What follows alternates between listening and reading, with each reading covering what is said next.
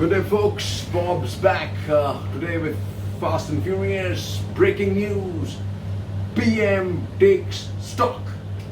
PM takes stock. I don't know why. Does anybody know why that is breaking news? Isn't that supposed to be part of his job? Well, hey, I guess not. Taking stock is something out of the ordinary, right? What does he do? PM flags rapid rural spread, says India will fight and win. You know what he's trying to do here, folks? He's trying to blame this on the Almighty and something he can't control. And there is obviously, I will show you later, insidious way to try and blame this on China, which it is. But taking it away from his management is what he's trying to do, right? Which is not true, right? But you knew this was happening. Like I said, the reality center, Pfizer close to solving indemnity impasse. If talks conclude successfully, company would import jabs, explore manufacturing possibilities. He could have done this. This was an offer made by Pfizer as soon as it was approved in the United States. This is sometime in October. You know, just see the kind of time we've wasted. And see, Sputnik has landed, but look at that, what costs $995 a dose. Like, folks, this is the reality. Anybody who spent money on R&D, this is what it's going to cost. If the government had given money, like in the case of AstraZeneca, $2 billion by the United States and some by the UK, that is the reason why you are getting Covishield cheaper than the rest, folks. That is the important part, and that's why Moderna is also cheaper, because that's been funded entirely by the United States. Right? In India, you saw Attorney General went out and said, we have not spent any just to save his butt, because people were trying to force the cancellation or give away the IP licenses to everybody else in production, right? Little space, but this is the despicable part. Little space to bury young children as COVID takes its toll. 13 more die as O2 dips again in Goa hospital. Unclaimed ashes pile up at crematoriums. This is in Uttar Pradesh. Uttarakhand villagers show COVID-like symptoms but get treated for cold. This is the pathetic issue that is happening there. And you also have a very similar situation, I think, in Himachal too, right? Karnataka sees 7 deadliest days of the pandemic. And this is Himachal, another BJP Sarkar. Villager carries mother's body alone as others refuse to help. But what's the Sarkar busy in? The UP Sarkar especially. He is busy in cases may be past peak in UP, says experts. Now you're going to get all these experts coming out of the woodwork. Don't trust the numbers on UP at all, or Gujarat, or Madhya Pradesh. And here, Delhi police arrests 9 over posters against PM, vaccine exports, crime branch questions, youth congress. So here's the deal.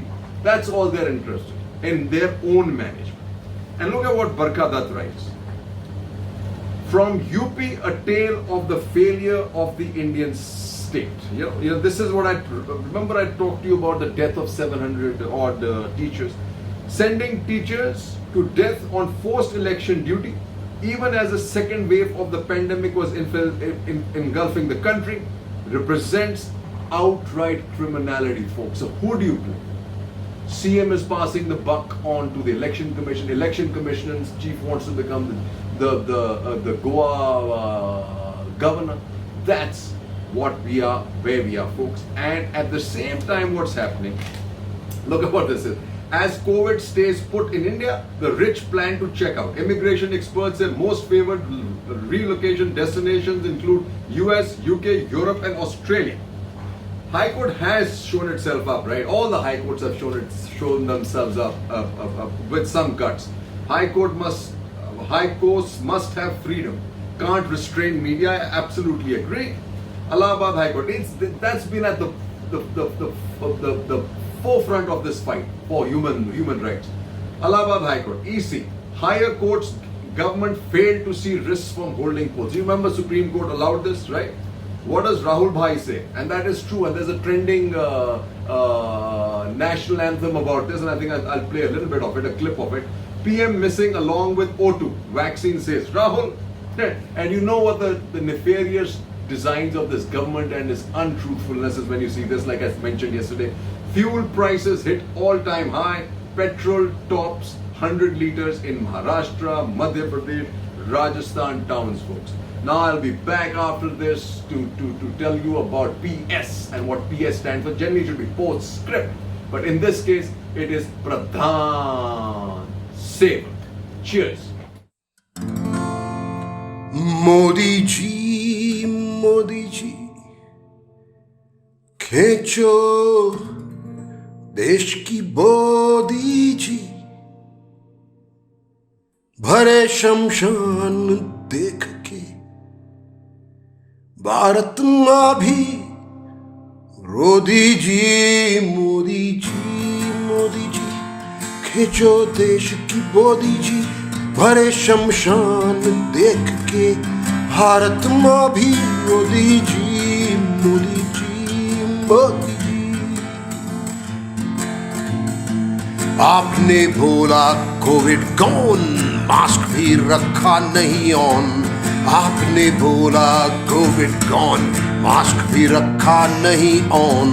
Kumbh Mela रैलियां सब allow कर दिया जब लगी oxygen की line.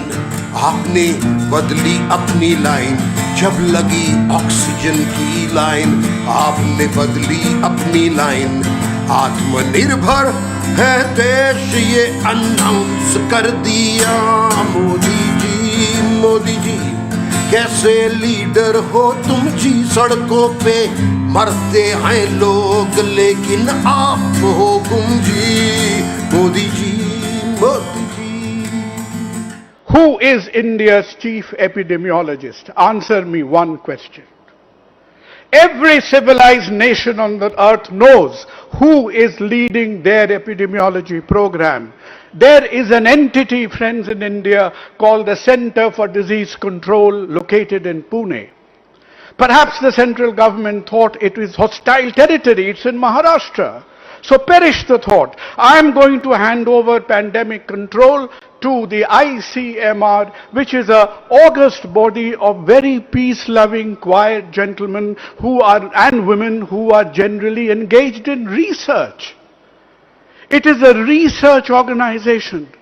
So how come by bypassing, circumventing the sole entity in India which was supposed to take control of pandemic management, it is handed over to a research organization? Because not that you have the right men there, but because you have the yes men there. And 1 month into the lockdown, ladies and gentlemen, I have the slide on my phone if any of you are interested. There was a meeting of a committee which was called the Empowered Committee. The committee was tremendously empowered but very ill-informed. And the committee put up on the wall a PowerPoint slide. Those of you who are interested, I have it over here. And that PowerPoint slide said, this is the chairman of the Empowered Committee speaking on 24th of April, guaranteeing everybody that there will not be a single RNA molecule left on India by 16th of May. This is the intellectual input that went into the formulation of the lockdown, that we thought by 16th of May it will be done and dusted. And why did this happen? Because this Empowered Committee was sequentially led by a biomedical person, then by a cardiologist, then by a pediatrician. There wasn't a single field qualified epidemiologist to be seen anywhere at a time when 15 out of the 20 leading epidemiologists of the world were Indians. Water everywhere and not a drop to drink. This is the reason, ladies and gentlemen, that why you had a program which had all enthusiasm, which had all restriction, but if you look at the fundamentals of public health, we faltered. We were supposed to add capacity. Folks, back. Now, look at, today we have this large, larger than life Prime Minister on the television, like as a breaking news. This is what Hindustan Times did, right? If you can see this, right? It says, as Pradhan Sevak, I feel your pain of losing loved ones, says Modi. Does he? Does he really? But here is the problem that we have. I wrote it up about, I'll discuss PS. PS is postscript, right? Here he says, I am your Pradhan Sevak, but I didn't elect a Pradhan Sevak. I don't want a Pradhan Sevak. I want a Prime Minister. I elected a Prime Minister. I didn't elect a Pradhan Sevak. Please forgive us. We've got enough people preaching us. We right now need a person who executes, who plans, who looks after this country, who develops policy. We don't want somebody, and this is the problem India has, now I've realized. He actually is trying to project to be a Pradhan Sevak. He said he felt Pradhan Sevak, and I'll tell you what Anchal Vora writes, and is rightly so, in the foreign policy press post coming out of Washington. It says, Indian Prime Minister Narendra Modi had more than a year to prepare for the second wave of COVID-19 that has swallowed India and unleashed death and despair. Instead, he grew out his beard. In Hindu culture, a long white beard symbolizes wisdom, abstinence from or abdication of worldly pleasures, and a time for spiritual introspection. Modi's long beard is less an aesthetic choice than a political strategy designed to manipulate his overwhelmingly Hindu supporters into imagining him as a sage and the pandemic as an unavoidable natural calamity. I think she's hit the nail on the head. It's a prop that grants him the aura of an ascetic and enables him to shrug off accountability for the mayhem the coronavirus pandemic has caused in his country, including the countless deaths that would have been avoided had his government been ready with oxygen, vaccines and hospital beds. Modi has often been portrayed as an incarnation of one or another Hindu god by his followers, who are often referred to as bhakts or worshippers. But as the virus infects millions of Indians and kills hundreds of thousands